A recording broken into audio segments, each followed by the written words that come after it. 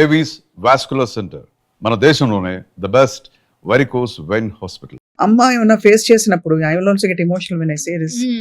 పిల్లలు కూడా ఉండి అమ్మకి ఏమవుతుందో పిల్లలు అర్థం చేసుకుని వాళ్ళు కూడా పడతారు, మాటలు పడతారు, వాళ్ళు కూడా కష్టపడతారు, మన కష్టం చూడలేరు.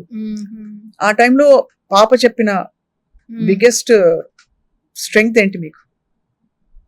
మీ అమ్మాయి మీ పిల్లలు చెప్పిన పిల్లల మేమున్నాం కదా, మేమున్నప్పుడు నువ్వు వేరే వాళ్ళ గురించి ఎందుకు ఆలోచిస్తున్నావు, బయట వాళ్ళు ఎవరి గురించో ఎందుకు ఆలోచిస్తున్నావు, ఎవరేమన్నా ప్రతిదానికి ఎందుకు ఏడుస్తున్నావు, మేము ఉన్నాం కదా నీకోనే స్ట్రాంగ్ గా చెప్పేవాళ్ళు. అలాగే so proud of you Yamuna. నిజంగా అసలు చాలా బంగారం అండి ఇద్దరు.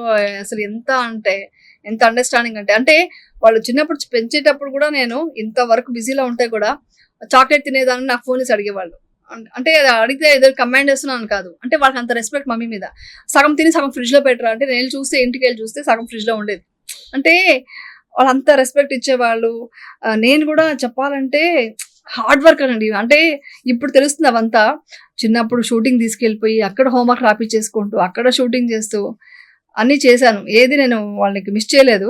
అది వాళ్ళు చాలా హ్యాపీ ఫీల్ అవుతారు. వాళ్ళు ఎలా ఫీల్ అవుతున్నారంటే వాళ్ళకి అప్పుడు తెలియదు చెప్పడానికి. ఇప్పుడు వాళ్ళ ఫ్రెండ్స్ అంతా చూసినప్పుడు ఏంటి మీరు మీ మమ్మీతో 45 minutes మాట్లాడుతున్నావా, కాలేజ్కి వెళ్ళాక కూడా మా అమ్మాయి ఏం జరిగినా మొత్తం ఆ రోజు అంతా లిస్ట్ ఫోన్లో చెప్పాలి. చిన్న అమ్మాయి అంతే, పెద్ద అమ్మాయి కూడా అలాగే చెప్పేది. వాళ్ళంతా ఏంటి ఇంతసేపు మాడింది మీ మమ్మీతో, ఇంతసేపు మాట్లాడతావా నువ్వు, ఏముంటుంది మేము మాట్లాడడానికి అంటే ఎన్నో ఉంటాయి, సరదాగా ఉంటాయి. నాకు షూటింగ్ ఏం జరిగిందో వాళ్ళకి చెప్తాను, వాళ్ళు అలాగే చెప్తుంటారు. సో ఫోన్ చేస్తే అలా కాన్వర్సేషన్ మాది ఉంటుంది అనమాట. సో నాకు వాళ్ళ వాయిస్ వినగానే ఏమైంది అంట, అమ్మా నీకు ఎలా తెలిసింది అంటారు. వాయిస్ తేడా తెలిసిపోయింది నాకు, ఏమైంది చెప్పు అంటే అమ్మా ఇది కొంచెం ఇలా డిస్టర్బ్గా ఉన్నాను, అది ఇది. అవునా సరే దీనికి ఇది సొల్యూషన్ కూడా అన్నీ అడుగుతారు. అంటే నేను చదివిన 10th standard అయినా మా అమ్మాయి ఏ సబ్జెక్ట్ తీసుకోవాలి నన్ను అడిగిందంటే నా అచీవ్మెంట్ మీరు తెలుసుకోండి. అంత నమ్మకం అమ్మ మీద ఉన్న నమ్మకం. ఏం తీసుకోవాలి, ఏం చదవాలి.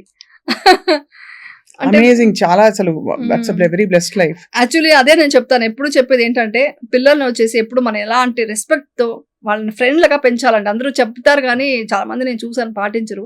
వాళ్ళ ఇంటికి వచ్చి ఈ మార్క్స్ వచ్చింది అనగానే వాళ్ళకి ఎక్స్ప్రెషన్స్ ఇవ్వాలి, వాళ్ళకి టచ్ తీసుకొని అరే నేను ఎక్స్పెక్ట్ చేసిన దానికంటే ఎక్కువ చేసావేంట్రా నువ్వు అని అనాలి. కానీ అవునా ఫస్ట్ ప్లేస్ ఎవరికి వచ్చింది అని అడగకూడదు.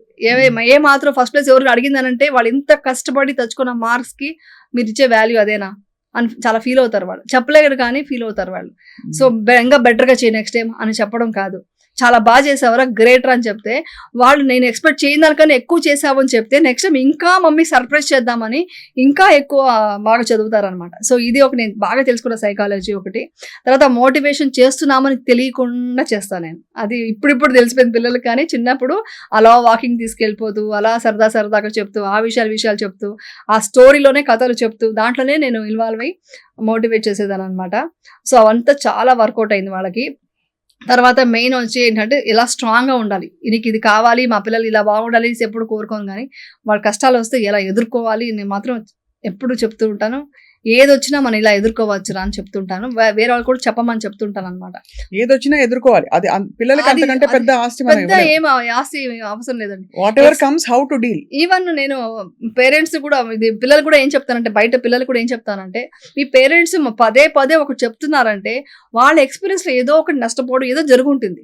ఆ దానికోసమే వాళ్ళు మళ్ళీ ఎక్స్పీరియన్స్ తో నువ్వు జాగ్రత్తగా ఉండు పిల్లలు చెప్తారు. కానీ పిల్లలు వచ్చి అది అర్థం చేసుకోవాలి. ఇప్పుడున్న పిల్లలు ఏంటంటే పేరెంట్స్ ఎందుకు ఇన్నిసార్లు చెప్తున్నారు, వాళ్ళ ఎక్స్పీరియన్స్ ని కూడా మనకు డెఫినెట్ గా యూటిలైజ్ అవుతుంది. తర్వాత మీరు బాధపడడానికంటే ముందే తెలుసుకోవాలి, ఇది పిల్లలు తెలుసుకోవాలి.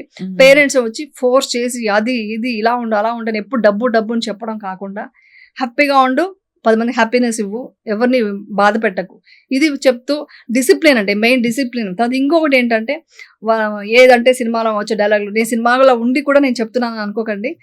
ఆ డైలాగ్స్ అంతా మాట్లాడడం అలాంటి కల్చర్లో పెంచకండి. అది సరదాగా పిల్లలు ఏ హీరోనో చూసి ఒక ఇమిటేట్ చేసే డైలాగులు అలాంటివి చెప్పినా కూడా ఇప్పుడు ఈ మధ్య చాలా వస్తున్నాయి, అలాంటి సాంగ్స్ కూడా చాలా వస్తున్నాయి. అవన్నిటికీ రీల్ చేయడానికి అవకాశం ఇవ్వడమో అలాంటివన్నీ చేయకండి నేను చెప్తాను. ఈ ఇండస్ట్రీలో ఉన్నా కూడా ఇది వద్దు. నేను టీవీ సీరియల్స్ ఎప్పుడు చూపించలేదు మా పిల్లల్ని, నేను టీవీలో ఉన్న కూడా చెప్తున్నాను. అవునా, నేను చూపించలేదు. టీవీ సీరియల్ చూసిన దానికి చాలా స్ట్రిక్ట్ పనిష్మెంట్ ఇచ్చా ఒకసారి మా అమ్మాయికి. నువ్వు టీవీ సీరియల్ చూసావంటే నేను భోజనం చేయను చెప్పాను, చూడొద్దని చెప్పా. మన టీవీలో ఉన్నాము కానీ నేను అంటే మీరు చేయొచ్చు కదా అని ఇప్పుడు డెఫినెట్ కమెంట్స్ వస్తాయి. నేనేమంటే మా ప్రొఫెషన్ ఇది అయిపోయింది, మేము ఇది చెయ్యాలి.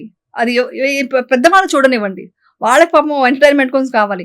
బట్ పిల్లలకి అది వద్దు. వాళ్ళకి పిల్లలకి ఎంత మీరు నాలెడ్జ్ పెంచితే మొబైల్ అండి, మొబైల్ ఇలా తిప్పుతూ మొబైల్ చూస్తూ ఉంటారు పిల్లలు. దాన్ని కూడా నేను చెప్తుంటాను అవన్నీ చూడొద్దు చేయొద్దు అనేసి. బై ఛాన్స్ మీరు చూడాలనుకుంటే పర్టికులర్ గా ఈ విషయాలు ఇన్ఫర్మేషన్స్ కావాలా పర్టికులర్ ఒక ఛానల్స్ పెట్టుకుని దాన్ని చూడండి అంతే.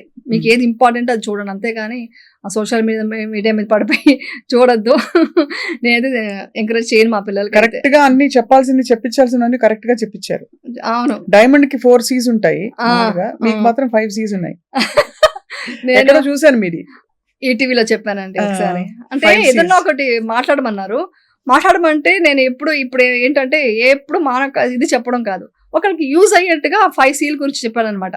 అంటే క్రిటిసిజం గురించి, కంపారిజన్ గురించి, తర్వాత కంపాషన్, తర్వాత క్రియేటివిటీ అండ్ కాన్ఫిడెన్స్. ఈ 5 C's నేనే క్రియేట్ చేసుకొని దానికి పాయింట్స్ మనకు ఉంటాయి కదా, మనం అనుకొని స్టేజ్ మీద చెప్పాను అనమాట.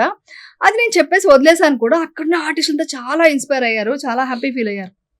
అది నేను బెంగళూరులో ఎక్కడో రెస్టారెంట్కి వెళ్తే ఒక అబ్బాయి ఐటీ ఫీల్డ్ లో ఉన్న అబ్బాయి వచ్చి, మ్యామ్ మీరు చెప్పిన 5 C's చూసాను, అది నేను ఫాలో అవుతున్నాను, ఎంత బాగా చెప్పారు అని చెప్పినప్పుడు నాకు అనిపించింది, అరే మన ఇది కదా మనం చెప్పాల్సింది ప్రపంచానికి అని.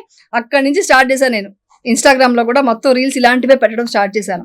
చాలా మంది అది ఎంతో మంది యూజ్ అయ్యింది కూడా. కొంతమంది ఓకే ఫాలోవర్స్ రాకపోవచ్చు, నాకు ఫాలోవర్స్ కోసం చేయట్లేదు. నేను చేసింది ఒక 10 మందికి యూజ్ అవుతాయి కూడా చాలని. అలాంటి మోటివేషన్ విషయాలు నాకు ఎప్పుడు టైం ఉంటే అప్పుడు అలా పెట్టేస్తూ ఉంటాను. నాకు ఏది అనిపిస్తే అప్పటికప్పుడు ఏది ప్రిపేర్ అవును, ఇలా కెమెరా పట్టుకోవడం సెల్ఫీగా ఒక విషయం నాకు అనిపించింది ఆ రోజు చెప్తాను అనమాట. అది చాలా ఫాలోవర్స్ వచ్చారు దానికంతా. మీరు యాక్చువల్లీ ఫుల్ గా ఈ టాపిక్ మాట్లాడుతున్నప్పుడు బాగా మీరు గ్లో అవుతున్నారు. అంటే to connect with people at different level. Professional గా ఏదో మామూలుగా కనెక్ట్ అయ్యి పనిచేయడం కాకుండా ఒక సోల్ లెవెల్లో కనెక్ట్ అయ్యి వాళ్ళ కష్టం వచ్చినప్పుడు వాళ్ళకు ఒక మంచి మాట చెప్పడము, లేదు మీరు చెప్పింది వాళ్ళకు ఉపయోగపడము, ఎలా కష్టం నుంచి బయటికి రావాలని మీరు సాధించిన విజయం అందరూ చూసుకోవాలని ఎక్స్పెక్ట్ చేస్తారు అనిపిస్తుంది. మంచి టీవీ షోస్ చేస్తారా అయితే ఇలాంటిది? డెఫినెట్ గా అండి. 10 మందికి మంచిది అవుతుందంటే నేను ఏమైనా చేయడానికి రెడీ. వాళ్ళ కోసం ఏం మాట్లాడమన్నా, ఎక్కడ మాట్లాడమన్నా మాట్లాడతాను. ఎందుకంటే ఈ ప్రపంచం ఇప్పుడు నిజం చెప్పాలంటే చాలా డిప్రెషన్ లో ఉందండి. ఇప్పుడు సైకాలజికల్ గా కూడా మీరు చూసారంటే ప్రపంచం అంతా 45 crores వరకు మొత్తం డిప్రెషన్, చాలా మెంటల్ ప్రాబ్లమ్స్ ఉంటున్నాయంట. తర్వాత చాలా డిప్రెషన్, చాలా చిన్న విషయాలకి సూసైడ్ చేసుకునే వరకు వెళ్ళిపోతున్నారు. సో మనం ప్రతి ఇంట్లో ఒక నిజంగా చెప్పాలంటే అప్పట్లో అంతా పెద్దవాళ్ళు చెప్పేవాళ్ళు. ఇప్పుడు మా అమ్మమ్మ ఉన్నారు, మా అమ్మమ్మ నాకు చాలా ఇష్టం, ఎంత బాగా పెంచారో అసలు ఇప్పటికీ మర్చిపోలేనంటే. అలాంటి వాళ్ళు ఇంట్లో వాళ్ళు చెప్తూ రావాలి. ఒక ఫ్యామిలీ, ఒక బాండింగ్ అనేది ఉండాలండి. ఇప్పుడు అదంతా ఉంటే ఈ డిప్రెషన్ అంతా రాదనమాట. నాట్ ఓన్లీ ఫాదర్ మదర్ అండి, చిన్న మామయ్యలు అంతా ఉంటారు కదా, వాళ్ళతో కూడా మాట్లాడి వాళ్ళు కూడా అలాగే ఉంటున్నారు, సపరేట్ అయిపోతున్నారు. ఎవరు ఫ్యామిలీ మా పిల్లలు వెళ్ళిపోతున్నారు. అలా కాదు, ఫ్యామిలీ అంటే నలుగురు కాదండి, 10 మంది.